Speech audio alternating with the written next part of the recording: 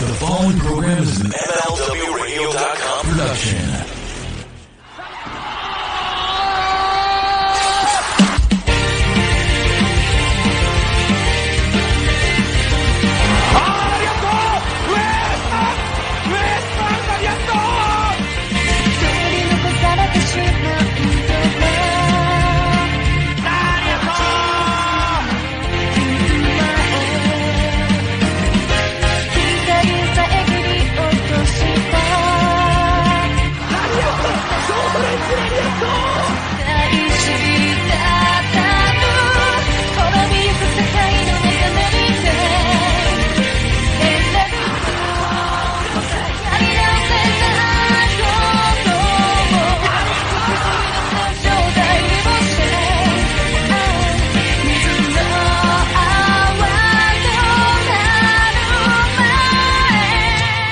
Hello and welcome to a new episode of the Eastern Lariat podcast, usual for news, notes, reviews, and opinions on the world of Japanese pro wrestling here on the MLW Radio Network. I'm your host, STRIGGA, as always joined by my man, Dylan. I forgot we are on Cage Match 2.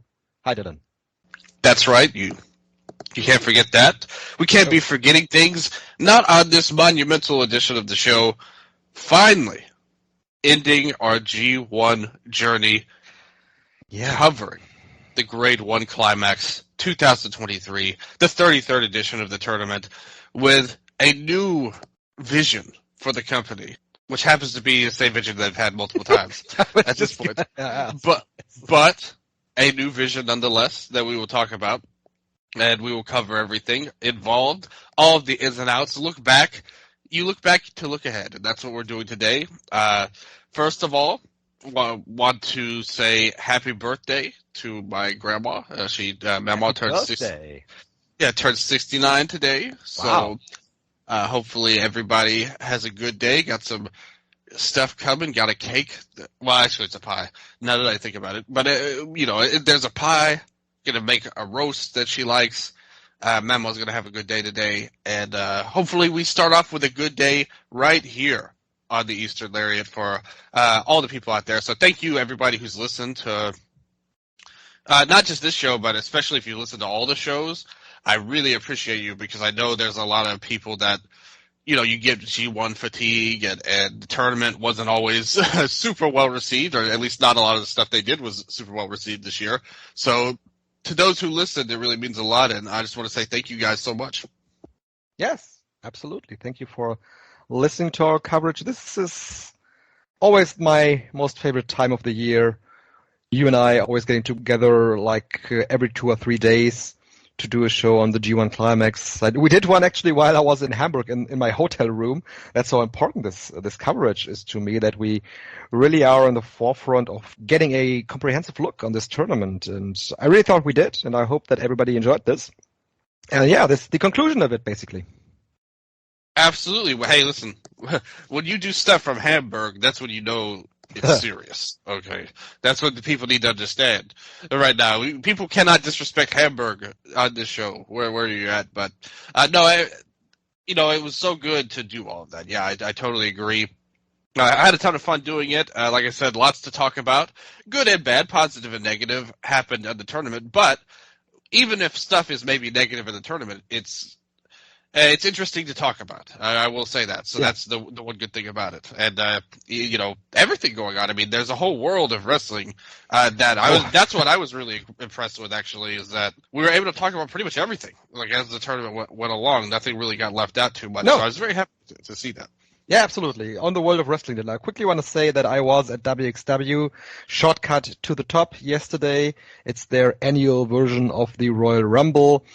They always have some undercard matches there, of course, too. I was really a big fan of Axel Tischer versus Peter Tihany. Peter Tihany is a wrestler from Hungary who is now the head trainer, or one of the head trainers of the WXW Wrestling Academy. And, of course, Axel Tischer, formerly known as Alexander Wolf in WWE. They are having a best out of 5 series, and they had a great match in Oberhausen yesterday. Of course, Tischer, being the more experienced wrestler, he's 2-0 ahead going into Oberhausen, but Peter Tihany gained the victory there, so opening up the best of 5 series. He didn't lose, which was important, of course, there, and it was just a great match. I enjoyed this tremendously, and I enjoyed the Rumble as well, too. Of course, in an hour-long match, there will always be downtimes where the fans are not that into the match, but overall, it was a very good Rumble, and I thought, all in all, a very good show. This was the first live pay-per-view they actually ever did, and I heard that for the most part, the stream was going well, so it was a good day for WXW yesterday. The home team for you. Yeah, you came in there. They had a successful show. Good to hear. Good to hear all that going on there. But that sounds pretty good. I've always been an Axel Tischer respector. He's tremendous in the ring. We said it yesterday when you just look at him work. He makes everybody that he works with better. And that's what you want, especially in a promotion like that. Obviously, they've gone through some rebuilding times in recent years, and they're doing some big things to hopefully get back there and do raise their profile once again. New live show they had. That's really cool to see.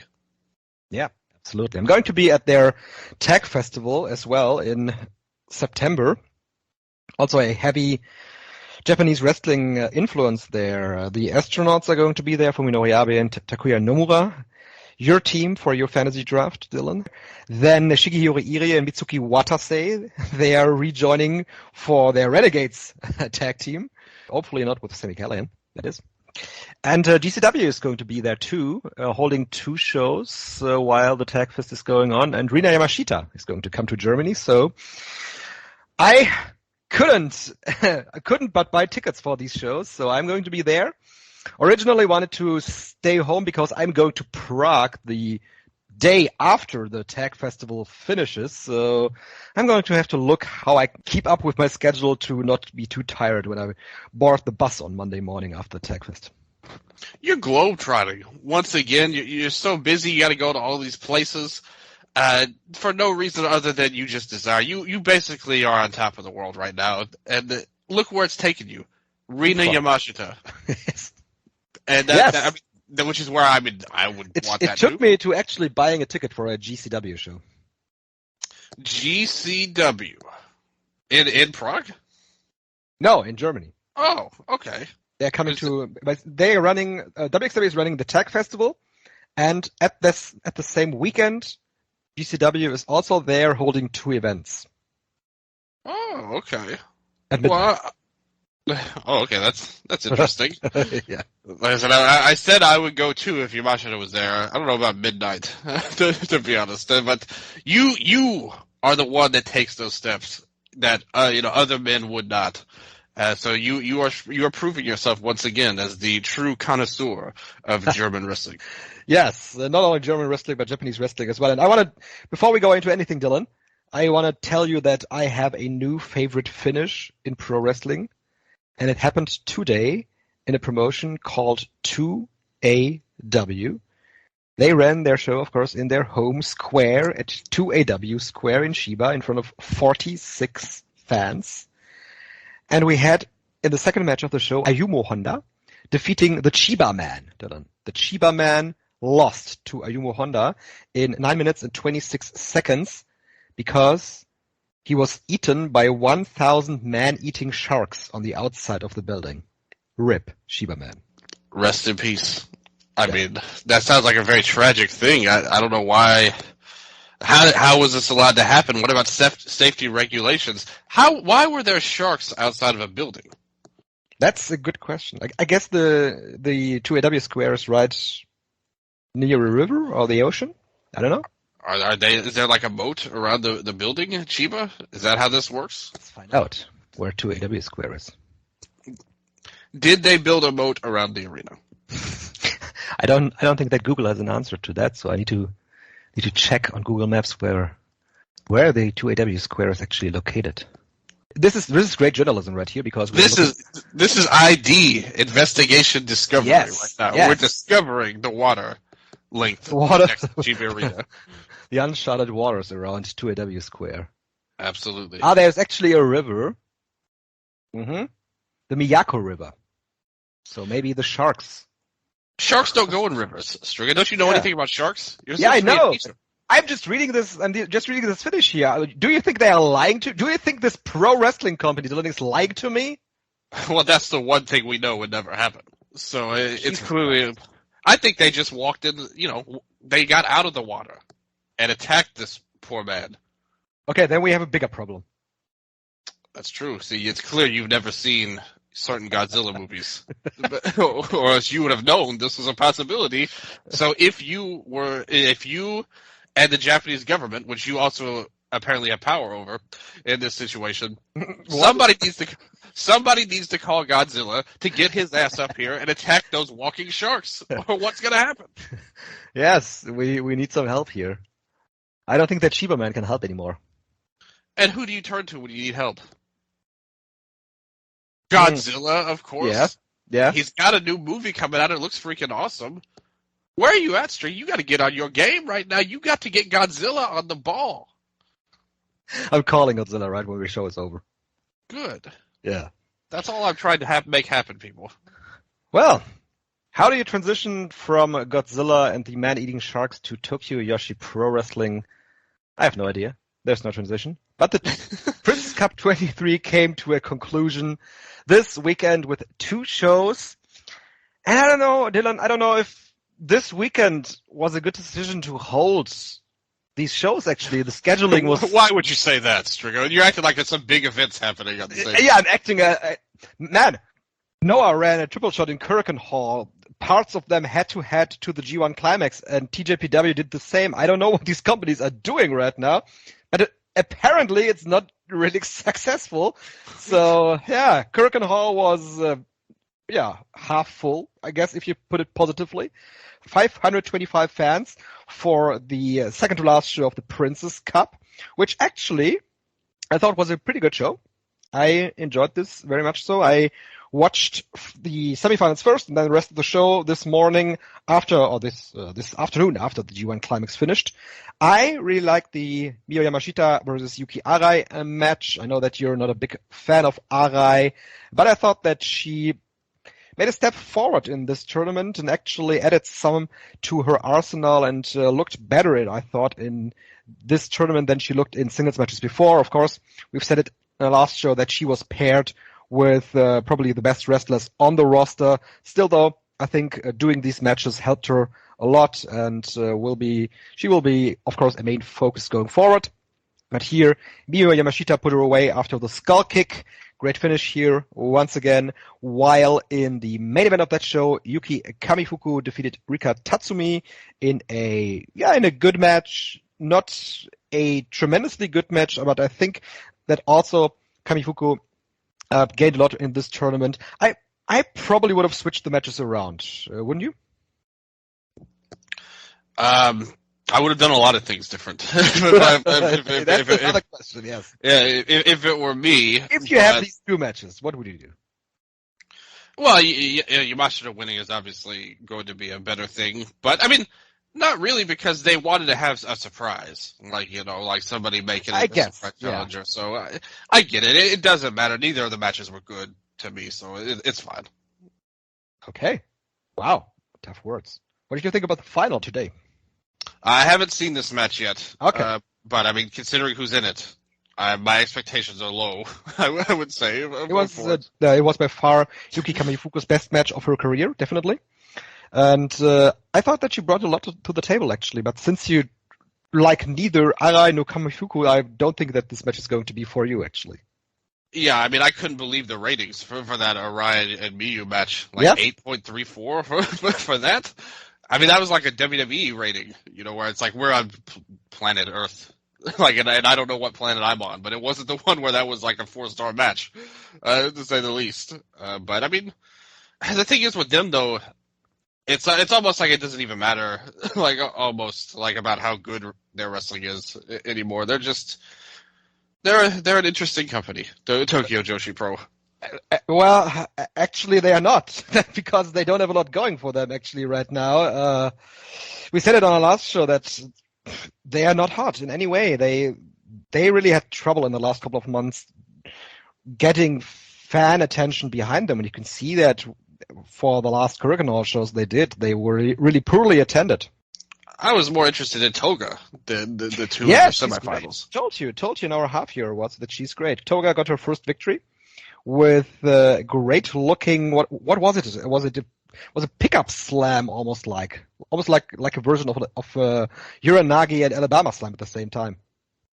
All of their rookies are good. Like that's my favorite part of the company generally. Is the young ones. Like they're doing some good things. Even Suzume got a win, so that was pretty cool. That show. I was kind of disappointed that the match only got 6 minutes because I'm into both Yuria Nagano and Suzume, and I think that these two have a much better match in them, but they were just paired for a very short undercard match. Yeah, that's true. I guess Juria really hasn't been doing a lot lately, to be honest. Maybe they're trying to like protect her or something by not putting her in the ring as much. But I like her too, and I definitely like Suzume. So that's nice. I would say the tournament as a whole, I would say, was pretty cold in general, and it's a shame because on paper, you have this major story for them, which is Miyu finally winning the tournament after 10 times, and usually being the one that loses right away. And they've gradually built it over the years. Last year, she started to advance more, finally.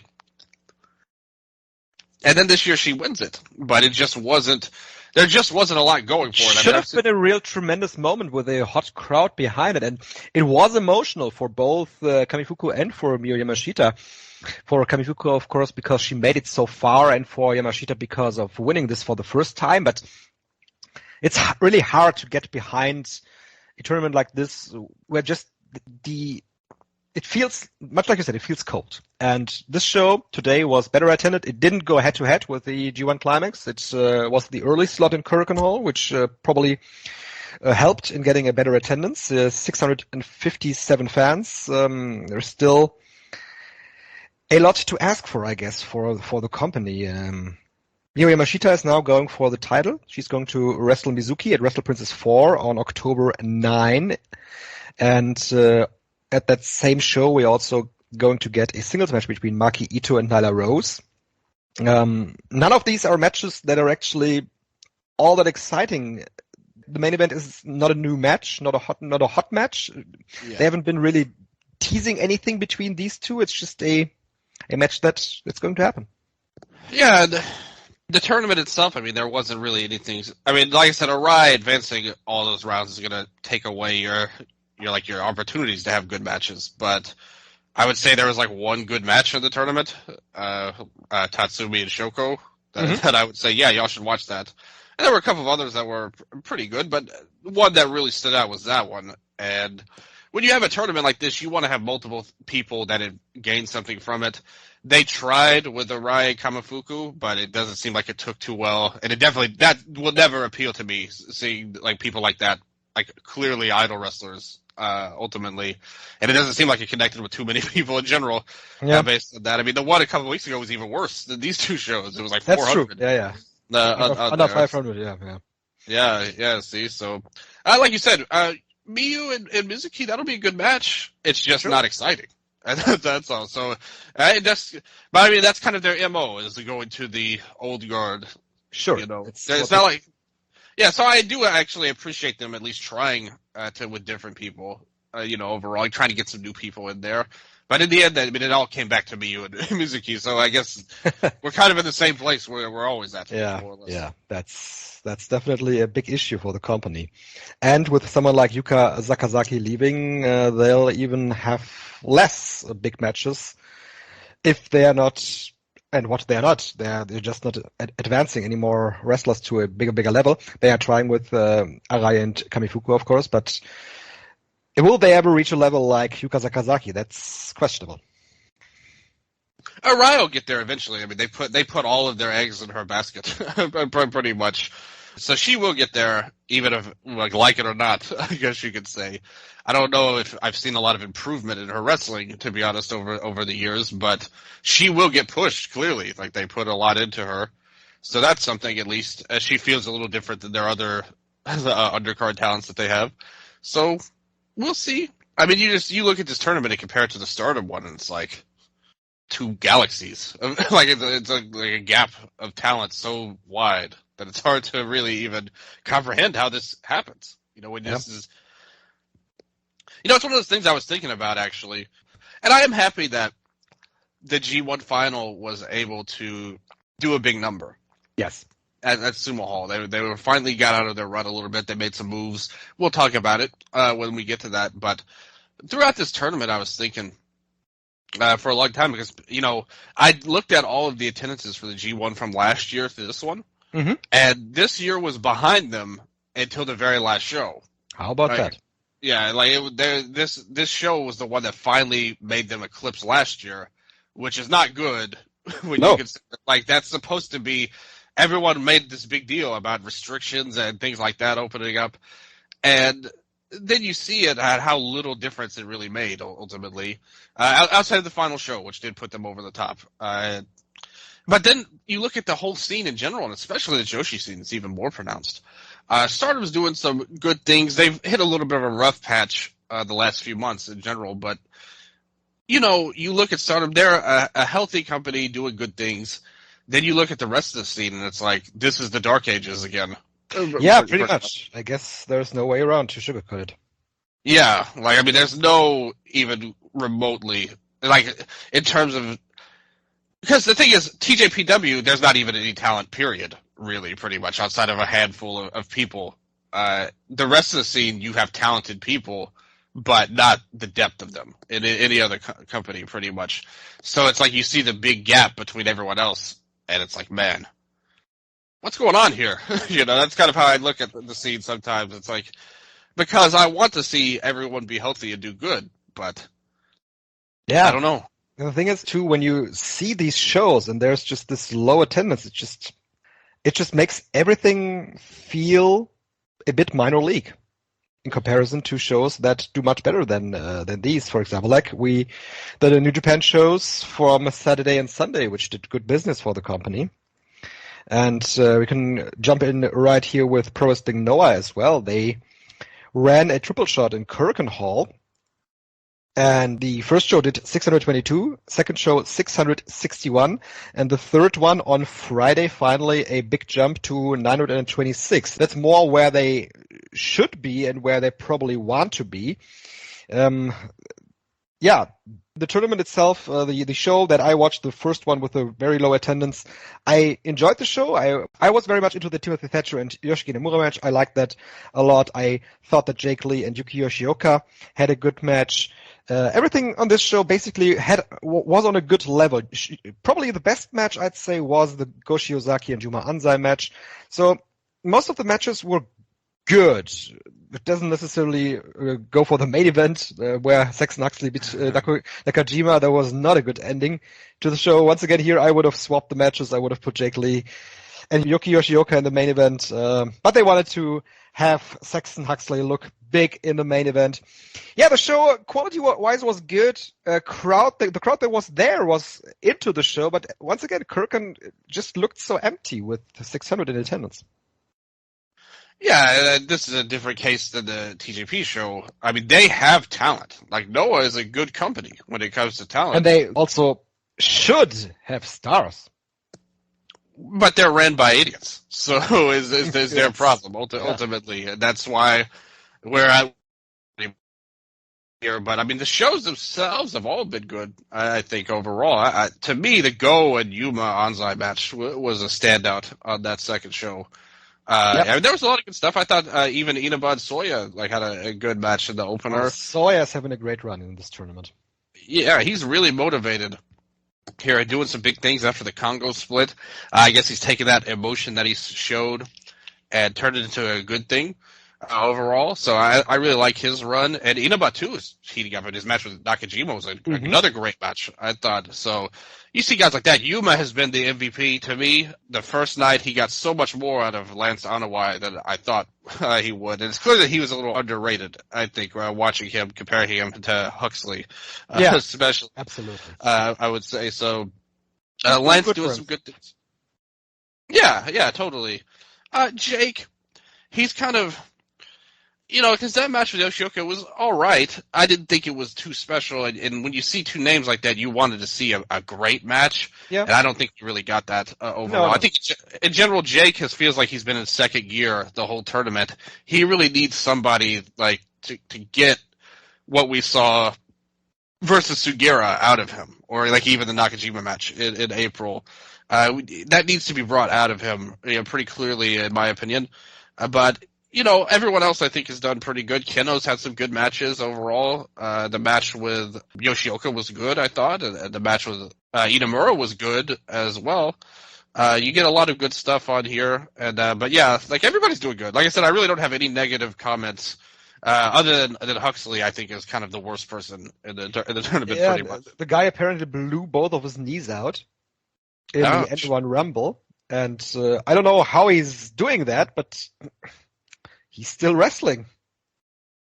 Listen, you've got to fight. You've got to fight to win the N1 victory. You got to this is fight a great to the opportunity pain. for him, obviously.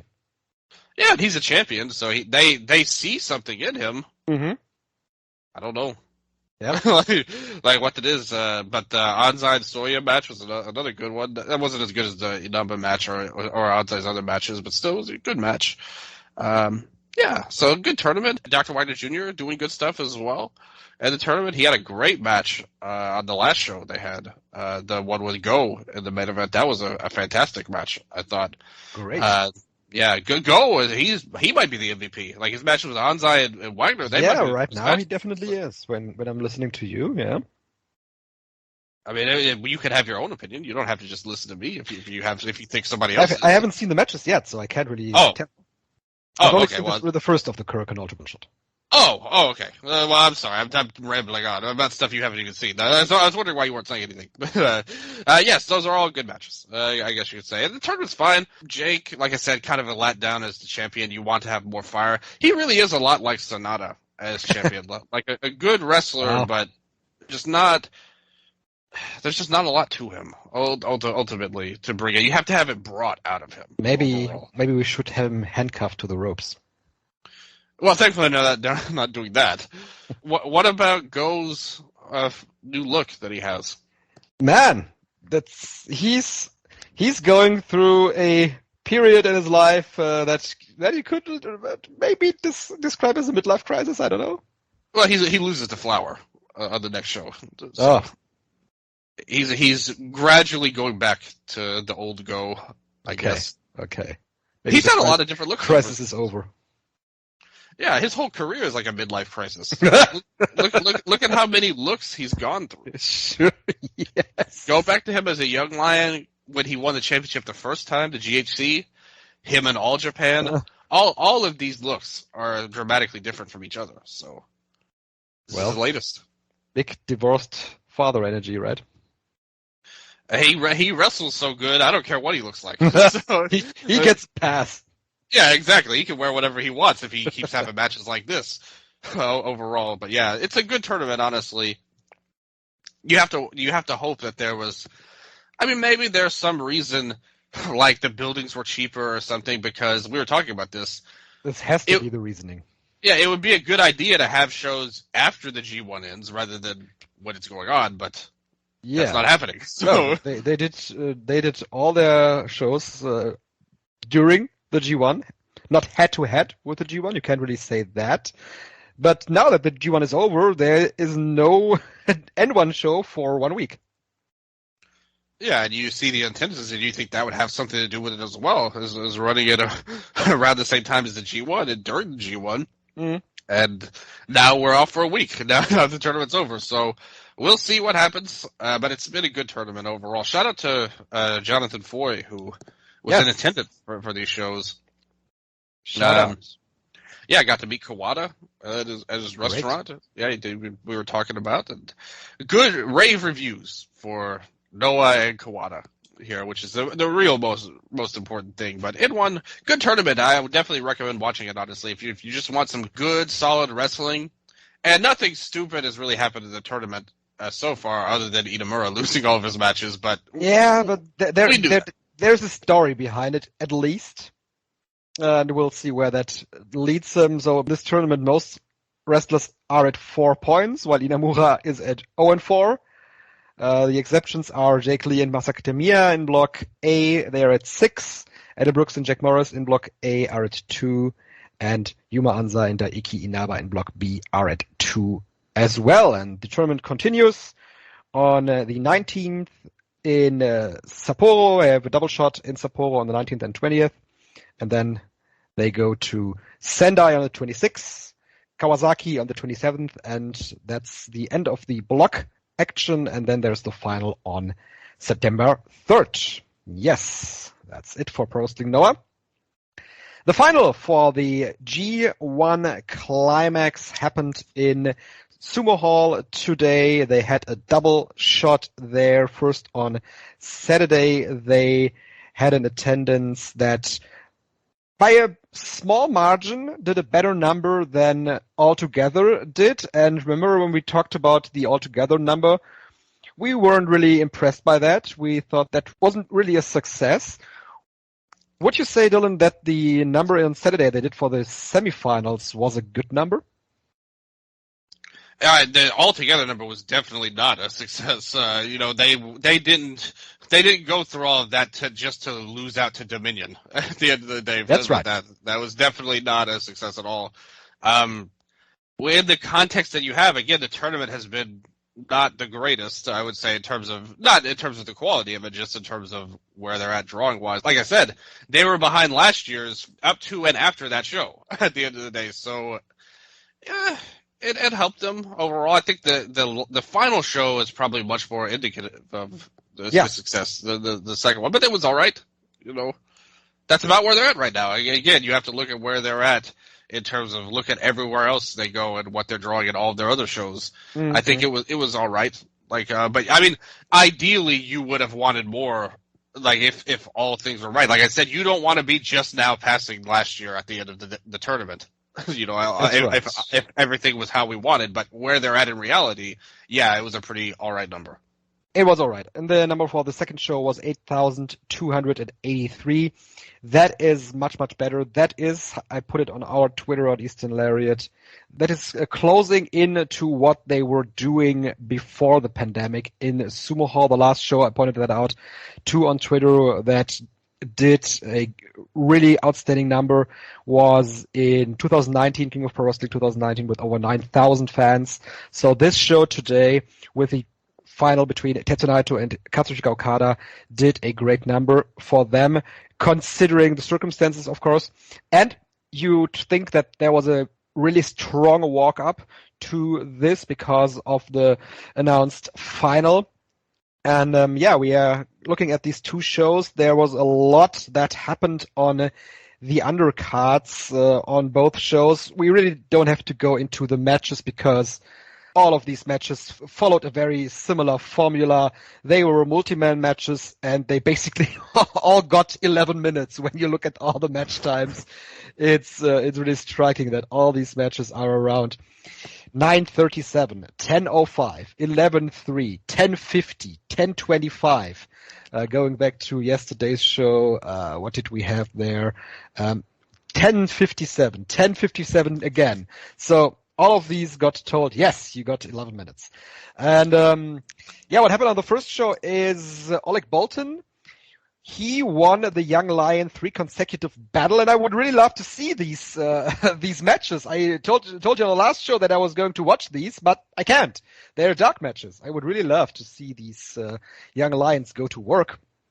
And he gained a shot for the New Japan World Television title against Zack Sabre Jr. That's probably going to happen at the Road to Destruction tour. By the way, they're calling him Boltin Oleg on their shows and in Japanese too. We were having a debate on Cage Match whether we call him Oleg Boltin or Boltin Oleg. The thing though is that one of our members on Cage Match told us that in Kazakhstan they, similarly to Japanese, they write the family name first and then the first name. So in that case, Boltin Oleg would be the correct version of the name in Kazakhstan and in Japan as well. But since we swap around names on Cage Match as well when we go for Japanese names, we go the route that we do the first name and the family name. Then, for the time being, we decided, or did we decide? I decided that actually for myself when I do results that I for now go with Oleg Bolton because it seems like the way that we always go with swapping around names. That's quickly for an explanation there. And on this show, after that, the Bullet Club War Dogs, they attacked the winning team of Tamatonga Tangaloa, Hikole of El Fantasmo, and Gedo. Hinare attacked Eddie Kingston after his match and hit the Street of Rage on him. Of course, Eddie Kingston returned the favor on the show today. And then there was a lot more happening on today's show. After Kaito Kiyomiya scored his third pinfall victory on this tour again against Hiroyoshi Tenzan in an undercard tag match on Saturday. He invited Ryohei Oiwa to join him in Pro Wrestling Noah, and Oiwa said, yeah, I'm going to join you. What did you take away from that, Dylan? Young guy, no one needs those. So now they have one in Oiwa, and Oiwa gets to go on a little bit of an excursion. They did this years ago when they had Sho. He was actually in the Noah Junior tournament at the time. So, it's okay. I mean, there's nothing really to write home about, I would say, but it's cool. It's nice that they did something with him and gave him something, you got out of it. And hopefully, a good big guy wrestler. He has horrible hair. Not a fan of his hairstyle. He does. But a fine young wrestler, though. Hopefully he has much success. I was wondering, after they had something for Kosei Fujita very early in the year, the other young lions were treading water for the time being and doing really nothing on these cards. Oiwa is getting something now. I'm wondering what happens for Yuto Takashima because he feels a bit left behind. Him and Oscar Leube right now don't have anything. Oleg Bolton has his shot for the television title. Oiwa goes to Noah. Kosei Fujita goes to America and to Australia. Let's find something else for these two to do.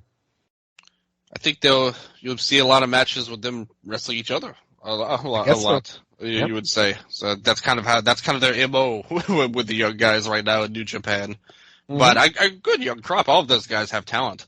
Though I would say I like them all in their own ways. So that's interesting. I will say, I guess I'll save it for when we talk about the final because I do have a point on that.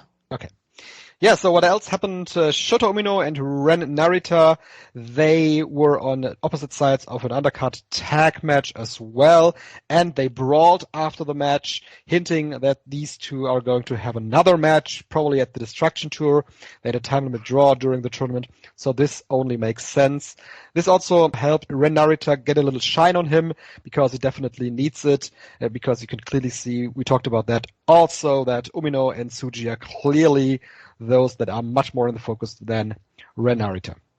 Yeah, you can see it, and the crowds react much bigger to Shota than they do Ren, and they should, based on how they've been presented so far and what they've delivered in their big matches too. So,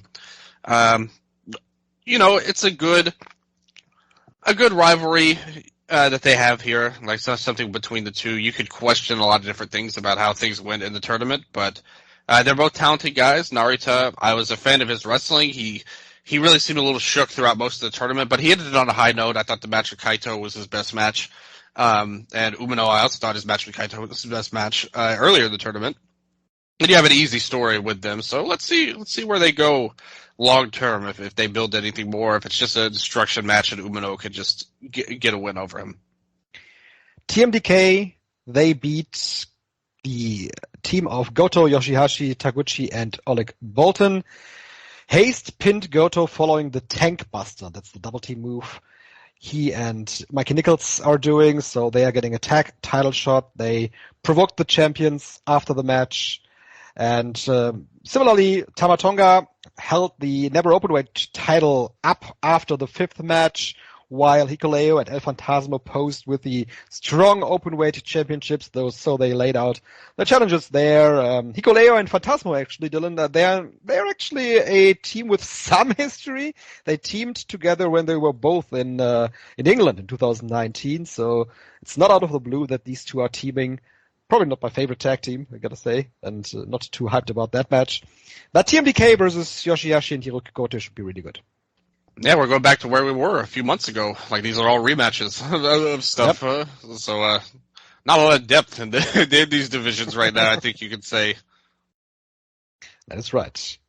For a division that at least gained one more wrestler, it's the IWGP quote-unquote British Heavyweight Championship division, because Ospreay had his US title redesigned, and it's now a British Heavyweight title. We have two British Heavyweight titles now. We have to decide who is the real British Heavyweight Champion now. No, it's the UK title. Okay. Is it? Yeah, that's what he said. Okay. I thought it was a British title. No, it's the UK. It makes perfect sense when you think, US and then the UK, so it's totally different, the British heavyweight. He represents the whole UK. I see. Okay.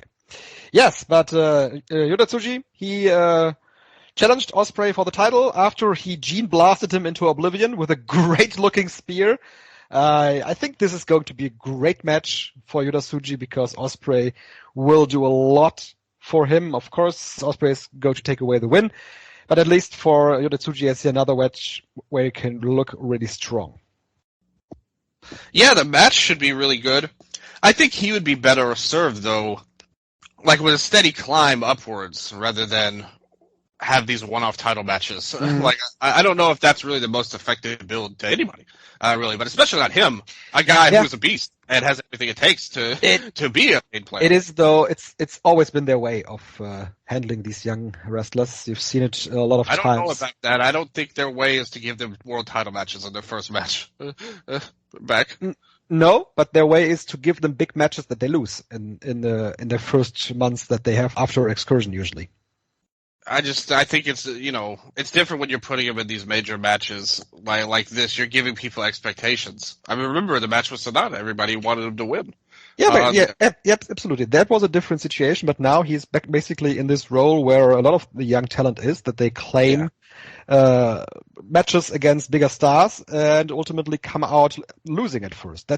Now he's much more in the usual tracks of young wrestlers in New Japan Pro Wrestling. That's my point, actually. And that would have been fine if they didn't do what they did before. Absolutely. So we can't make up that didn't happen. However, I'm not making it up. That's not my point. But the thing is, it's worse because of that. It would be okay if they didn't do that stuff. Right. At the end of the day, is what I'm saying. He should be higher up now. Yeah, exactly. Like, you already dipped your toes in those waters at the end of the day. Mm-hmm. So why do we have to do what they've been doing with him in the tournament? It was pretty awkward, too, here, because Shingo Takagi and Will Ospreay are going to have a match on the All-In weekend for Revolution Pro Wrestling, and the focus of the match should have been on them. But after the match, Shingo looked at Ospreay, but Yota Tsuji took the title, and Shingo said, okay, I'm backing away. Well, yeah, Shingo. You want to talk about a mid-carder? That's where he's at right now. Unfortunately, they pretty much proved that in the tournament, I guess you could say. But I mean, great worker though. Both those guys. Tsuji has all of the upside in the world. They really have a hit on their heads if they want. But he's in a tough spot because he's in the same faction as Naito, so he's always going to be a second fiddle player. Wondering for how long that actually will be the case. You think he's going to leave LIJ? I think he's going to leave. Oh, okay. That would be interesting, at least. Like, that would give him something. I think the LIJ stuff would benefit him, though. They said it at the beginning of the match, actually, here, that when he challenged Anada, he would have also challenged Hiromu Takahashi. It didn't matter for him who he would have challenged. So I'm thinking that this LIJ thing, similarly to what Will Ospreay did when he joined Chaos back in the day and betrayed Chaos, was a vehicle for him to gain footing in New Japan Pro Wrestling. And when Yota Tsuji is done with LIJ, I guess he's going to leave. Yeah, but he was with Chaos for years. Yeah, that's true. But he also left. So I guess Tsuji could be there for years as well. He could. He could. I'm not saying that he turns tomorrow. It's not my point. Well, anything could happen in 5 years from now. Sure. I just don't, sure. Like, I mean, of course. And they should. Like, at that point, like, when you're talking years down the line, yes, of course, Naito should be out of the main event by then. Yes. But we still have to get there, though. And I don't know. I think it's a good thing to be an LIJ, though. Even being a second guy. For now, definitely, it's a good thing for him. Yeah. Let's see for how long that will be a good thing. And I mean, it really helped Evil and Sonata when they were in there. Yep. They were there for years too. They ultimately left as well. So that could be the same thing for Yota Tsuji as well. Yeah, absolutely. Like, that makes perfect sense when you think about to follow their footsteps. But I think that they've lost a lot since they left LIJ. And hopefully he has more to him than that. Well, you can really claim that they lost, but sometimes it's not to their own fault, I guess, because when we look at the next match, the ideas they have for these two, man. So, Evil, Yujiro, Sho, and Dick Togo faced Sanada, Taiji, Yoshinobu Kanemaru, and Doki. Sho, first of all, pinned Taiji, which was a big upset. Sho is now apparently going for the King of Pro Wrestling title. Evil attacked Sanada after the match. Then they handcuffed him to the ropes. And Evil had the ring announcer read a message where they are dipping their toes into what fans are saying online. And they said that Sanada is not a good champion and he should hand over the title to Evil. Yeah, and we had this visual of Sanada hanging in the ropes, beaten down, handcuffed, and Evil standing in the ring. We are getting the title match in October, and I said it on the last show. The idea here is to put Sanada over strong as a babyface. The idea in this one was to put even more heat behind Evil, to have Sanada have an even bigger comeuppance at the end. The thing, though, is this comeuppance will not be big enough for Sanada to wash away the images that we have in Sumo Hall right now of him being the champion being ridiculed and hung on the ropes. That's not going to be erased by Sanada just beating Evil at King of Pro Wrestling. It's just such a cold match to me. Like, Sanada and Evil, two guys that aren't very popular at the end of the day going in there. They really should have caught an audible here because they saw what they did in the match in the quarterfinals, and we know what the match is going to be. There is no redeeming quality in this match. I did get multiple comments after the last episode we did about you dooming on the last episode about Evil maybe making the final of the tournament and winning the title. It's clear that you were very into that theory, based on your actions on Twitter when we had the poll. I just laid out scenarios that in their thinking could make sense. You said it yourself on the other side. It's not just me though. You convinced many. Look at the poll. Like, more people voted for Evil. By a small margin, Evil beat in our poll for the winner.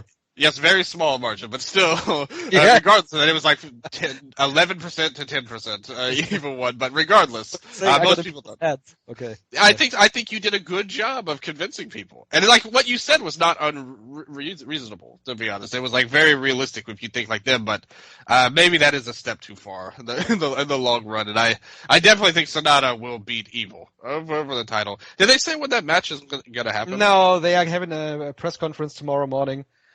But I'm expecting that to be the one match. Like they always do at King of Pro Wrestling. Exactly, yes. Yeah, exactly. Because I was wondering if they would think about do that earlier. If they feel like they do need to call an audible and get the title off of Sanada. But that's not happening.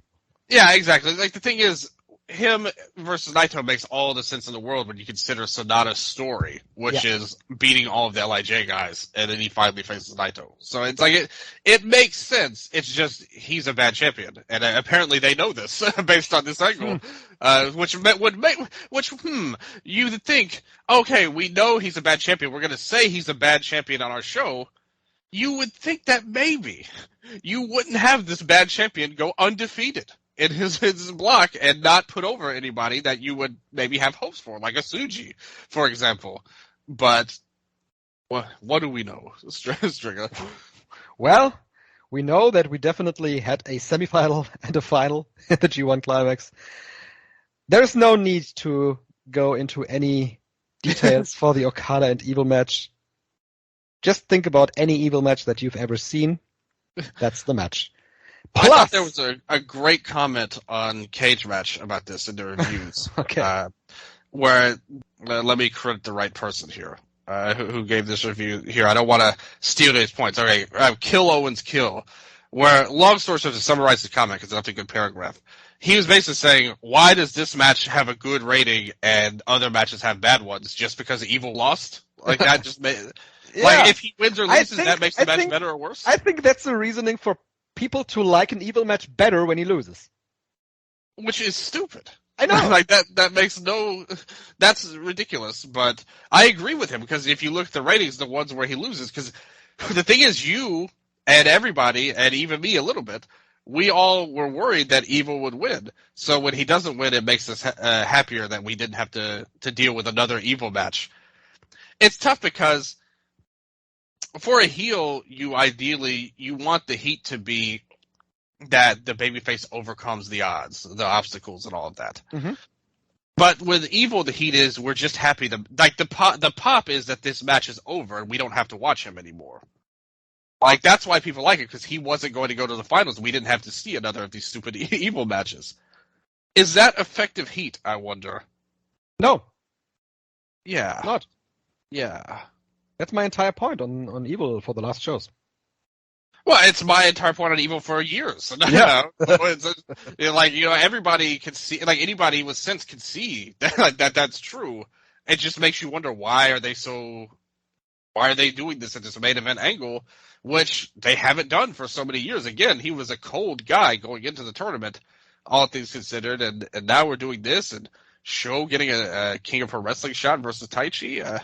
They're really going all in on this this House of Torture stuff going into the next pay-per-view, so interesting. Well, hasn't it been real successful in 2021? I guess they hope now that the restrictions are gone. Now, yes, the same argument. The restrictions are gone, now it's going to be successful. Yeah, exactly. It'll all work out now out there, even though it really didn't in this tournament, but whatever. Yeah. This, for you, Dylan, for the fan of the great reversal sequences in New Japan Pro Wrestling, what did you think about the reversal sequence between Okada and Evil, Rainmaker versus Evil? It's stuff we've seen before anyway. There are other matches, so it's nothing I didn't expect going into it, to say the least. But was it good? No. It was a great dance routine they did. Exactly, and I'm never a fan of that, even when it's with good wrestlers, let alone with Evil. Yeah. The second semifinal, the main event of that show, Tetsuya Naito versus Will Ospreay, currently at a rating of 9.64, by far the highest rated match of the tournament. What did you think about this match? Oh, it was a great match. I wouldn't say it was probably that high rated in my mind, 9.64, but it was a great match. Like, up there was among the best matches of the tournament, I thought. And you got to see Naito go in there. I thought it was interesting that they did such a good job of building this kind of story at the end around Naito's concussion, that they had there. Yeah, and basically because Will Ospreay really hit him with a super kick in the end. Yeah, absolutely. Straight in the face. Yep, that's right. That was interesting, and I thought they did a great job with it, though, to be honest with you, to work the match after that, and everything was okay. Naito worked the final of the tournament fine, and it was a good match overall, I thought. Yeah, I thought it was really great. I think I'm higher on the match than you are. I thought the pacing was great. I thought the selling that Will Ospreay laid out here was great.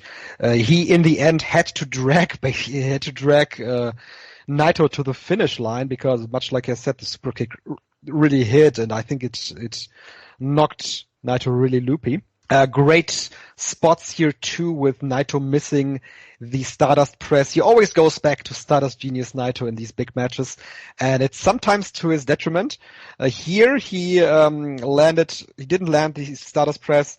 Ospreay was out of the way. Ospreay himself landed his leap of faith move, but Naito kicked out to a shocking facial expression of Will Ospreay. And in the end, we had multiple Destinos once again, and the final one was basically a vertical drop Destino, the way that Will Ospreay took it. And of course, Naito, much like he did in the match with Okada in the final, he went after Will Ospreay's neck, and that made sense in the match as well. So great first half too, with the methodical work there, and then the high pacing came in the end of the match. So really well-built match, and great kickouts, great high-impact moves. I was really into that. I probably won't go as high as this as well, but between 8 and 9, I would rate this match as well. I thought it was great. Oh, yeah, it was definitely, yeah, I mean, what you're saying is definitely true. Again, 8, 9, yeah, I would definitely go for that. I mean, it was a great match. I thought they had great chemistry with each other, too. Here, like their work really went well together. Naito, he has an extra bit of believability to his selling now that he's older and broken down, and we're kind of getting to where I said a few episodes ago, to where he came through where it mattered most with his big matches, and now everyone will say he had this great tournament overall, despite the early struggles he had. But I mean, this was a great match. I'm not discouraging it at all. No, sure. It's one of the best matches of the tournament, if not the best one. I'm debating right now, Dylan. I'm not sure, but I think that I like the final better than the Naito and Ospreay match. How about you? That's interesting, because I think I agree with you, actually. Like, that was going to be one of my hot takes. Because everybody... Very cool. And I mean, that was I mean, but the reaction to the other match was like so strong when it happened. Yes. And this has the benefit of... The thing is, people are going to rate this high, kind of like what we said about the Evil, but the reverse. Because Naito won, it's automatically everyone's going to go crazy over it emotionally. But I thought it was a great match once again. Naito and Okada, classic rivalry. I mean, you want to talk about chemistry. These guys have wrestled so many times in so many ways. You had the built-in story. I thought that they did a great job of working this match in a way where you had Naito really give his all, put his effort in, and take bumps. That after the last match with the concussion selling and everything like that, I thought it really added to it overall. They did a great job. So I thought that both of these guys, great spectacle match as well. Like, this felt like a big match in a way none of the other matches in the tournament did, actually. Like, even the last match, I thought that was a great match, but this felt like the biggest match of the tournament. And it should, because final is, And it was the biggest possible match they could do in this tournament. Yeah, and so it should feel that way. And they succeeded. Like, they accomplished what they wanted to. I thought both men wrestled so well. Okada did a great job. It was a great kind of antagonist against Naito, as he's been in the past as well. They've had their ups and downs, but they've had some brilliant matches in the past. And I think this was another one to add into their line. Because, that was going to be what I was going to say. I thought this was the best match of the tournament, actually, more than the Ospreay one. One minor gripe I have about the entire layout of this show is that after the Sanada and Evil match and the Sanada and Evil angle, there was no way that Okada was winning this main event match. Because it wouldn't have made any sense. So they could have done something else to get a little bit more drama into this match, because everybody had to know that Naito was winning this tournament. But it's Okada, And much like you say, always don't bet against Okada. So I think it was enough to just have Okada in the match to convince fans that he might be winning. And there were moments in the match where he came very close to winning this match. Really great kickouts. But first, this match had a great build. The first 10 to 15 minutes were just them teasing each other's offense and just trying to find out where the other stands right now, how worn out the other one is. And you said it with Naito and the quote-unquote concussion. We don't know if he really had one. There were moments in the match where he really sold it so well. For example, he did the Esperanza of the top rope on Okada, and he could have gone for the pinfall, but he just kneeled in the ring for a bit, just staring at the ring mat, and you could see that he was definitely going into this very hard. That fans were worried about him going into this match, and he made them invested even more with that. And then, of course, we went to the great finishing moments of the match. I said it, the Stardust Press once again missed. The Rainmaker. This is a counter sequence that I really like because the moves blend so well together. When Naito countered the landslide into the Destino, that looked really great and very organic, unlike the Evil and Okada sequence.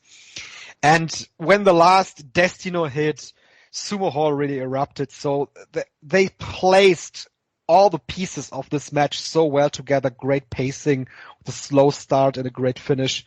I was so into this match, and I saw Chris Samsa tweet about it. This was the 4th longest G1 Climax match of all time, only shorter than the 2020 final of Ibushi versus Sanada, 35-12. 2018, Tanahashi versus Ibushi, 35 flat, and Naito versus Omega, 34-35. The first comment there is, those 34 minutes flew by, and I would completely agree with this one. I didn't think this felt like a match that went over half an hour. Oh, and one thing I also love, too, is how they were able to wrestle their style and even make some callbacks here and there to certain things. But one thing I really love that separated this match from their other matches is how there was a part in the match where they showed you that Okada was a direct heel here, where he had the pinfall, like the 1-foot pinfall, and Red Shoes was like, nah, that's BS, I'm not going to count that. The crowd went nuts, booing Okada, and then he did it again to even more heat, and that's when the crowd really turned up. I mean, this is one of the hottest, if you're a crowd guy or a girl out there, if you want to see a hot fan base, this is what it looked like in this match more than pretty much any of their other shows, I would say. The fans were so into Naito winning here, and that's what made this match so special. And I love how they were able to separate this match from their past matches where it was more Okada, or maybe Naito was the one everybody wanted to win, but Okada was still just his normal Rainmaker self. Here, he leaned into the heel stuff more, which he's been doing all year, obviously. It led perfectly to this match. And I think that's part of what escalated this match to be the best match of the tournament. The one that stood out over all the others was the crowd getting into it, the way they played their characters, more so than any move sequence or anything like that. I thought Okada was perfect as the antagonist towards Naito here, and I thought it was a great decision to have this as the final. Yes. The decision that was the most logical one in the end, that got the biggest crowd behind it. So Tetsuya Naito got the G1 flag from Masahiro Chono. Masahiro Chono now is an honorary member of Los Ingobernables de Japón. He got the fist bump. Tetsuya Naito had a great speech in the end after he slipped up after the semifinal. He missed. Who did he miss? Did he miss Tsuji in this first call? Oh no! I don't remember. On the semifinal show, he did the call and he missed one of the members of LIJ. But here he was complete on point, not missing any member. And this is a preview of what he wants to do at the Tokyo Dome, at the biggest possible stage for him. He wants to do the LIJ roll call, and that's the one thing that he's looking at now. Now, of course, also winning the title. And after the show, after the finish of the match, he had an interview backstage, he had a press conference backstage, and he was immediately confronted by Jeff Cobb, who defeated him on the second day of the G1 Climax, and that's going to be a match. Cobb said it, you can't be the G1 winner before you don't make up the loss to me. Interestingly, we didn't have Shane Haste here, who also defeated Tetsuya Naito, so I'm guessing they will just forget about that match. Yes, that doesn't matter.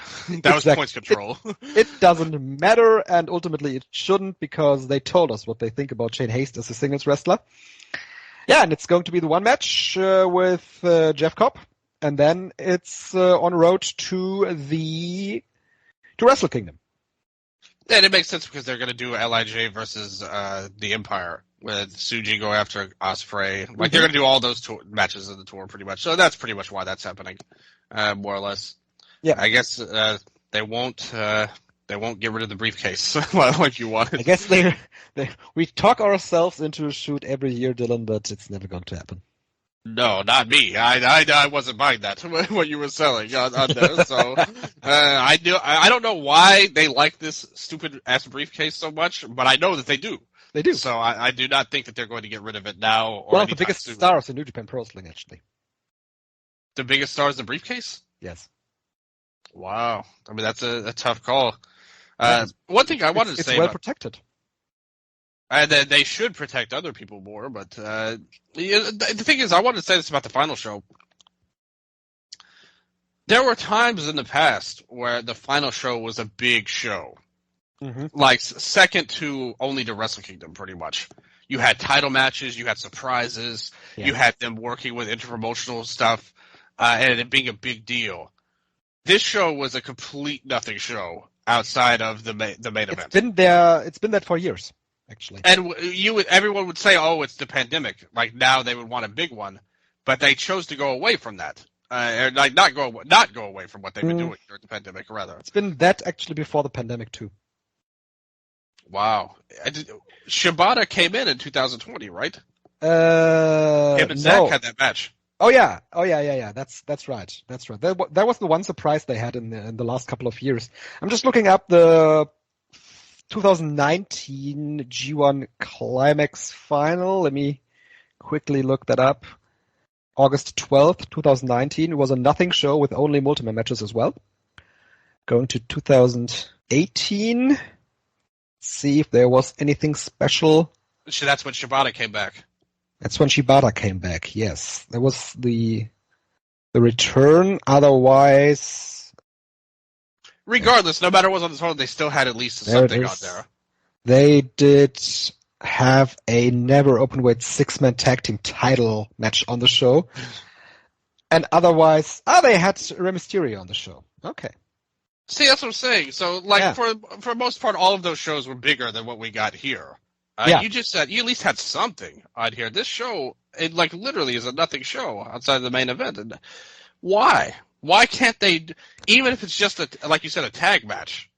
Mm-hmm. Like, why can't you do a title match on the show to make it feel like a big deal, or a junior match? You're heading to this freaking Enzo festival that they're doing in America. You can't do a match here to set that up. Have Hiromu in a big match. I think they want to save as many title and singles matches they can because that's a fair point. Because they knew that this one would be a good draw because of the Naito and Okada match. That's honestly a completely reasonable point, honestly. But I still think that it would be benefit them. They should load the show up more. I agree with you, definitely. Yeah, no. Your perspective. No, you were right on that. Like I said, your point was totally fair in that case. But I do think that it would benefit them in the future, though, to have more shows like that. And again, you don't have to load it up, but you can at least have something on the show. You could have a surprise, like somebody come out, or return, somebody maybe an interpromotional angle. Just run an angle on the show that nobody expected. Just give us something. Again, like even if it's just having like a Rey Mysterio level guy, that wasn't important to the grand scheme of things, but it was a nice surprise to have. Shibata coming back was a cool thing. You could do something like that. I mean, I don't know what it would have been on this show, but you could have done something is really my only point. And I think it would help the fans and it helped the show definitely to make it feel like not a complete waste of time until the main event overall. Yeah, it pretty much was. Yeah. I mean, you don't have to watch these matches. None of them are really exciting. It's not that they are bad either, but they are all around like 3-star, 3.5-star level. You will see matches quality literally 500 times this year, like if not better. So like at the end of the day, and it's not like they really mean anything, like in terms of any stories or anything. They, like you said, they were able to set up some stuff with the Evil and Sonata. Questionable if it was good or not, but they set it up at least. Empire and LIJ, they at least have directions they're going overall, but it does feel like, because now we've got this big tournament win, and we're heading towards a Sonata and Evil match. There's not a lot of hot stuff on the mid. Hopefully they can heat up the juniors at least, because they had a story on the Glate show with him and Tanaka, which was kind of interesting. If they want to challenge Hiromu Takahashi, and it makes perfect sense because he's the record holder. Like that, that's now Hiromu's story. Is that he's going for the all-time record for the junior title, which is held by him. Like Tanaka, it was held by Heat technically, but that's a great match that they could do something with and at least have a story to it. Yeah, it's interesting that you mentioned Hiromu Takahashi because I actually wanted to talk about him as well. Sure. But before that, I think the G1 Climax. Let's go to the G1 Climax conclusion before we go to Hiromu.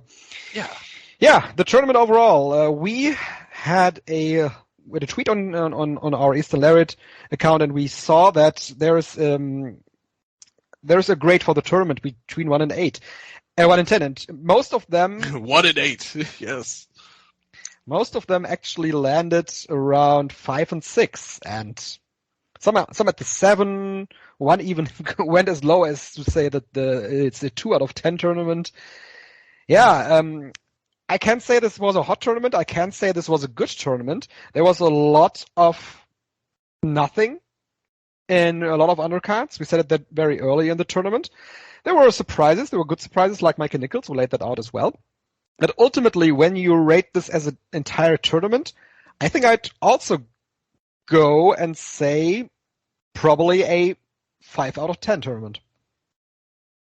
You forgot to mention when he gave it a 2 out of 10, he put Fraud of the Year Gato. So shout out to Hong Lam for that.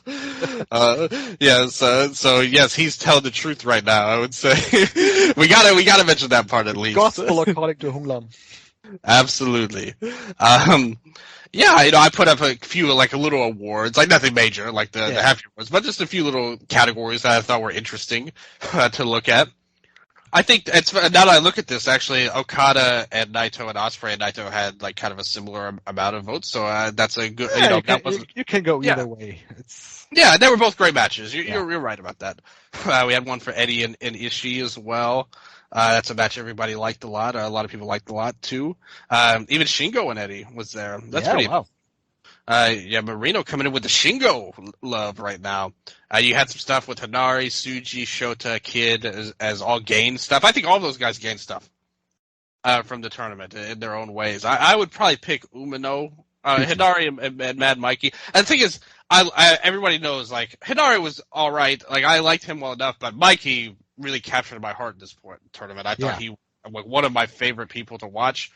I don't know if it'll mean anything long term. That's the thing. That's the thing. Yeah. You can't say that these two gained a lot when you talk about footing in the company. They gained respect from the fans' eye, but when you look at someone who was really a breakout star, who even in the eyes of the company is one, that's Shota Umino. Yeah, that would have been my pick as well if Dad asked me that. But I like I said, I still want to give Mikey some props as well. Hopefully, if anything, if he gained anything, I hope that they let him in the tournament again next year, if anything. And I thought that he really impressed. He was a guy I had no expectations for, but he really proved me wrong, and I love seeing that. If I come in down on somebody and they do great, I really love that. But as you said, a lot of the votes, you had 5. 5 to 7 was basically here. Nothing above 7 in any of the comments so far. And like I said, 2 for Lam there. But when I look at just the match ratings, I think this tournament was kind of underrated a little bit. Just in terms of quality, I don't think it was as bad as people think it was or say it was. The problem is that every show, pretty much every show had at least one good recommendable match. Maybe not a great one, maybe not one that will stand out. Mm-hmm. But there was at least a good match, probably multiple good matches, and maybe a great match every now and then. You had, I would say there was 10 to 20 matches that really stood out, that were legit great matches. The problem is that there's so many matches that for every great match, there's one that is 2.5 star, 3 star. That's what drags it down for me. Exactly. Like, for every great match, there's 5 that are like 2 to 3 stars. And then you're also, another issue, I think, they really did a poor job of booking these blocks out. I mentioned my problems with the A block, having all of the young guys in the same blocks, I think really didn't help in the grand scheme of things. I thought that was a big mistake in the long run. And every block had somebody that was dragging things down, pretty much. You know, in A block you had Owens, which is not as bad as the other 3, but then you have Kenta, who you were just not going to get a good match out of unless you're Will Ospreay, pretty much, and he has to really try hard for that. Evil, Yano, it's like a Coughlin even in the same block. So you're like, there are guys who are struggling, and then when you have, suddenly that becomes one guy who's struggling to like 5 guys that are struggling, and that's when it becomes a problem. So, yeah, to me, I would say, and for all the criticism of this tournament, they stuck the landing at the end. Yes, like, they did. You know, because this show did a good number, again, relatively speaking, and Naito's win was fantastic, and it made perfect sense at the end. So I do think there's good to be had in this tournament. You had some people really shine and do some good things. I may not be as down on it as some people, but I couldn't go above. I give it about a 6, I think. You know, I'll go a little higher, but it wasn't special. Like, at the end of the day, like, there was just not a lot special about this tournament. And at the end of the year, I think that's going to play out where you're not going to see. Maybe the last 2 Naito matches might get up there, but I didn't see really any matches that by the end of the year when we do our awards, I'll be surprised if there's a ton of votes for even the last 2. To be honest with you, in terms of matches. Yeah, I think even those matches that are mentioned here, the Shingo and Kingston match, or even what else was mentioned? Let's see. It was most of the Naito matches, and there's one for Eddie and Ishii and one for Eddie. And those matches will be forgotten by the end of the year. Yeah, and that's what I'm saying. Like, even this final match, I'd be surprised if it made a splash. I think the Naito and Ospreay and the Naito and Okada match have a fair chance of getting votes at the end of the year, but probably I don't think they'll beat Ospreay and Omega. I don't think so either, but there will be people voting for these matches. And maybe there will, like I said, I don't think it'll make a big splash. No. And I think even like the Big Japan match stood out more than that. If you're going to vote for an outsider match, if you don't want to vote for Ospreay or whatever. The Aoki match? Yeah. Yeah. I agree. Yeah, so that's the G1 Climax for this year, Dylan. Quickly, since you mentioned Hiromu Takahashi and El Desperado were on this show, on this G1 final show. And of course, they were on some New Japan shows during the summer, but for the most part, these 2 took an outside tour. Hiromu Takahashi on July 2nd went to Dragon Gate. He defeated Yamato there. On that weekend, El Desperado teamed with Jun Kasai against Homicide and John Moxley, and he lost to John Moxley in their death match that got a lot of coverage online. Then, July 23rd, El Desperado defeated Daisuke Sasaki at DDT Wrestle Peter Pan.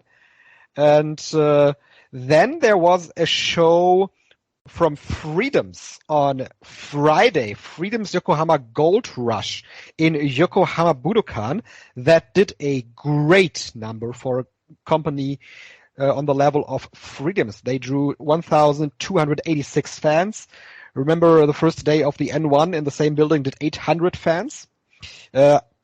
Very tragic ending to the show where Tomoya Hirata broke his ankle 7 minutes into the match when he was supposed to catch a dive from Toru Sugiura, and Sugiura was then awarded the King of Freedom World title, but he didn't want to. It was a very tragic ending to an otherwise, I thought, pretty good show. I rated the Thumbtack board and Razor Crossboard Alpha Deathmatch at 9.0. This has an 8.23 rating. El Desperado and Jun Kasai defeated Masashi Takeda and Rina Yamashita.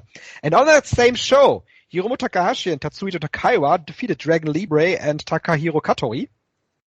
My point here, comparing these 2 and their summer is, Dylan, I liked El Desperado's summer much more than Hiromu Takahashi's. He got to work more death matches. He got to work the better matches. Even the El Desperado and Daisuke Sasaki match, when you compare it to Hiromu and Yamato, I thought this was a better match.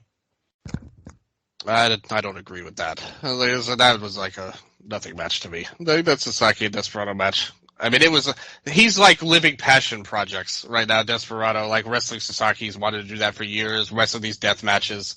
It's nothing that impresses me, to be honest. But I'm really impressed by that, by the way that the deathmatch was laid out on the Freedom Show. I loved the Desperado and Kasai tag team once again. I said it on Twitter. If these two were wrestling more often as a tag team, I'd vote them tag team of the year. The are so strong. I just love what Desperado is doing. Yeah, him and Kasai, that's great. But where is this going for them? That's the question. Where is it going? That's the problem. Like, if I was New Japan, since they put it on their own streaming service, since they put the show on New Japan World, I'd put Desperado and Jun Kasai in the Super Junior Tag Tournament. And that's cool and all, again, but the thing is for both of them, not just Desperado, but Hiromu you can make the same case for.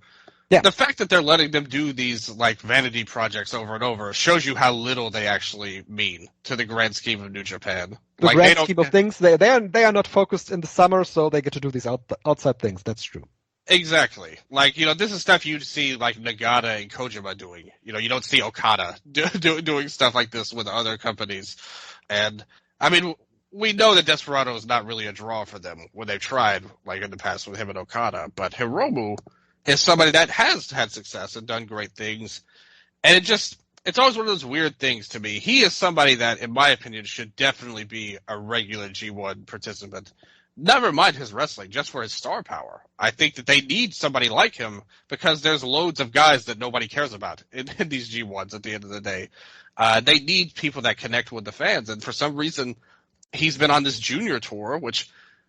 as a fan, it's cool to see like these matches, like having Desperado, like you said, the death match on the Strong Show was a good match, was with Moxley teaming with Kasai.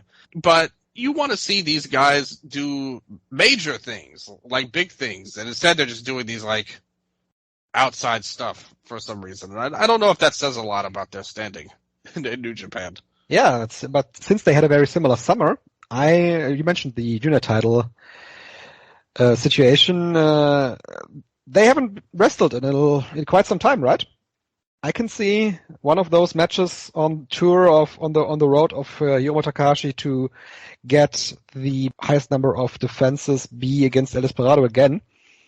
When they compare their summers, that could be a nice little story there. Yeah, I'm not interested in that. We've seen that so many times. I think they need new people like in there with Hiromu, and I just who are these new people? Yeah, exactly. Like, where are you going to get these new people at the end of the day? It's like we've seen him and Desperado a million times. Like, at the end of the day, there's no new ground they can really cover. That's definitely true. But yeah, then and again, great. Who are these it's nothing against them. They're great workers. Like, everybody knows that. Like, at the end of the day, nobody's doubting Desperado's skills or that he's not worthy of the title. Like, he is. But we've seen it so many times, and they need to do something different. I have some bad news for you. That is not going to happen. You think it'll be Desperado again? I think they will be a title. I think he's going to be one of those title matches in the next coming months. What about at the Dome? That's really the only one that matters. It could be in the Dome. Yeah, because if he just wrestles him, that's fine. If he just wrestles him on a tour or whatever, that's fine. It doesn't have any real stakes or anything. The last time they were in a match together, I think, was at Wrestle Kingdom, right? It was the four-way. Yeah. When was their last? Four-way. Well, they could. When was their last singles match? Their last singles match was in June of last year. That's the Super Junior final. Yeah, and Hiromu won. Yep. Yeah, everybody wanted Desperado to win the tournament. Yep. Yeah, I remember that. It was just a little detour to see what these two did during the summer. I know that you were not excited. I was about Desperado, but... Well. Yeah, like none of this stuff is really that big of a deal in the grand scheme of things, ultimately. And but it doesn't have to be a big deal to be excited for it. That Hiromu and Yamato match was so disappointing. On top of it, Yes, yeah. That's why I said I like the Desperado and Daisuke Sasaki match better. Desperado, like I said, getting to do his passion. Hey, it's good for them. It's like I said, they get to live their dreams and stuff. I'm not going to take anything away from them. I don't know. You don't need it. Yeah. Yeah. Okay. Well, that's all I have for this show, Dylan. You're going to go back to covering the Stardom tournament, the Stardom 5-star Grand Prix, as well as the N1 victory. Glad for you that you have a little bit of a pause right now with the N1 pausing too, so I can catch up as well. But otherwise, on the Patreon, you'll get all the goods for the 5-star Grand Prix. Yeah, I never stopped covering them, and I will continue to cover. They cannot stop me from talking about these tournaments, whether it's Stardom or Noah or anyone else, I would say. But, the tournaments, again, I talked about the Noah one earlier. I thought they had a good tournament so far, actually. Like, despite whatever you want to say about the company or stars or booking or whatever, in terms of wrestling, I think that they've been very enjoyable to watch, and the Stardom tournament's been really great, I think, for the most part. I think they're really picking up as time went along. They had that, 2-show stretch where they were in those, small crowds and stuff, and then after that, they've been hitting on, a lot of the cylinders, they can say. I don't want to say all cylinders, but a lot of them. They have a lot of good matches on there. Shuri and Natsupoi doing some big things. Poi getting a big push and doing some great things with it. I know they had the Stardom Stardom show today. I haven't seen it yet because I was watching the G1 final pretty much. But they did some interesting things on that. I'm very interested to see the tag title match going on and see how that comes across. But I think they have a lot of cool stuff going on there as well at Stardom. I mean, they have this Konami and Mirai match they built up to that's going to happen next month. So I'm interested. They were in Osaka Edion too for that, the show today. They got the Legends show coming up. So you got the tournament, you got Legends shows, you got title matches. It's a good tournament. And Noah doing some big things there. I'm very interested to see where they go and how they integrate Kaito back after this G1. Get him back into Noah. Yeah, definitely a point that I wanted to make, that Kaito Kiyomiya apparently is someone that could help out the N1 to get some more fan attraction, and that's maybe the point that they wanted to achieve with him in the G1 Climax. But ultimately, he could have been a player for this tournament to get more attention on it.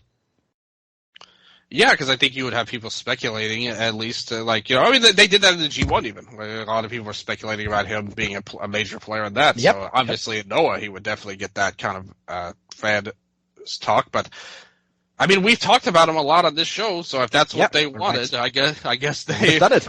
They would have done it. But when I see these houses, I mean, it's another one of those decisions. Yeah, I don't think he would have made any difference, really. To the Noah show, at the end of the day, he would have made the tournament better, for sure. But I can't see them. I think there's bigger problems than just... There's no one person that can help all of Noah's problems, I would say. There's a lot of interesting things going on in there, but we'll see how that goes overall. So I don't even think about the booking too much with that tournament. I just kind of turn my brain off when I watch Noah. And they have, if you just watch them for wrestling, they have a lot of good stuff there overall. But there's no stars or anything like that. Don't get me wrong on that or anything. But still though, good tournament if you're a wrestling fan. If you're finally done with the G1, you want some more wrestling, I think N1 and Stardom, especially the Stardom tournament, I think would be really well worth your time, I would say. Yes, N1 as well. So if you're looking for more tournaments, there definitely is some meat to that. Yeah. That's it, Dylan. Our coverage comes to an end. I want to thank you. I want to thank the listeners. This has been a great route, but like I said at the beginning of the show, my favorite period of the year. Now it comes to a conclusion. New Japan's summer officially is over, and we are going to have the Road to Destruction that starts on September 8th. What big shows do we have? Let's see. Hey, before we get to that, I wanted to ask you about something. What do you think about the Royal Road tournament? Oh, yeah. The Royal Road tournament. Let me see the brackets. Royal Road. Yeah, the Odo tournament, the Royal Road tournament, starting on August 19, actually. I think they got some interesting matches. I'm looking at Suwama versus Fuminori Abe in the first round. Could be an upset. I said it to Rob on Twitter. I'm calling the finish right now with Fuminori Abe getting the win with the Hurricane Rana pin. on Suwama. Suwama appeared on the DDT show as well too, so there's a lot of interpromotional stuff going on. Him and Akiyama. Yep. Jibber jabbering. Yeah, the big match. 2 big matches in the first round: Kento Miyahara and Azuki Aoyagi, and Yuma Aoyagi and Ryoki Honda. That could, in the second round, lead right away to Kento Miyahara versus Yuma Aoyagi. Do you think they're doing that match in the second round? No, Honda's going to upset. I guess so too. Yeah. I think. Yeah. Yeah. Mm-hmm. Makes sense, because it would kind of be a waste for Miyahara and Aoyagi in the second round. Yeah, that would be silly. But I mean, anything's possible. Right. Yeah, the tournament itself looks good with Takuya Nomura, Ren Ayabe, Hayato Tamura in it. Outsiders in the tournament looks good. I'm into the tournament. I'm into the brackets that they have. It's going to be a nice little tournament as well. Yeah, I think Kento's going to win, but I do think they have some good matches set up too. I like seeing Tamura in the tournament as well. Mm-hmm. I think he's going to have some big matches there. I could see him upsetting Suwama actually more than Abe. I would say there. I think him and Kento would be a great match to have too. Mm-hmm. Nomura and Kojima is going to be interesting in the second round. How that plays out politically. Like, would they let a New Japan guy go under a Big Japan guy? I wonder. I don't think so. The thing is, with me Kojima, how do you get Kojima out of these tournaments is the thing, and they could easily do it with Rei Saito upsetting him with Voodoo Murderers shenanigans in the first round. Oh, that's true. Yeah, I could totally see that actually. Now you think about that, give Nomura a bit of a run. Yeah, Nomura Kento final. I could get down with that. Oh yeah, makes sense given the history as a tag team. Sure. Yeah, that's a great idea. I like that idea. I think I agree with you on that. I have Saito eliminate Kojima and let Nomura break through, get some big wins, beat the big dog in the semifinals, and set up a great final. I mean, that could be an epic match if they do it. So, lots of potential good matches too. Even Kento and Atsuki could be a great match. You see Abe in the tournament, like you said, with him and Suwama. I think that match will be silly to watch, but it'll be fun at least. And Tamura, like I said, I have high hopes for him as well. So you got a lot of good stuff going on here. So I just wanted to bring that up real quick. Yes, absolutely. We'll talk about the bigger shows that they have in September, some point on our next shows, the cards they have lined up, including Kairi there. Yes, the tournament looks nice. Looking forward to it. And they had a preview show on the weekend. I'm going to get into that probably early next week when everything is said and done here. We done now? I guess so. I guess so. Yes. Thank you for riding with us during the summer, during G1 season. This has been the Eastern Lariat. Goodbye. Sayonara.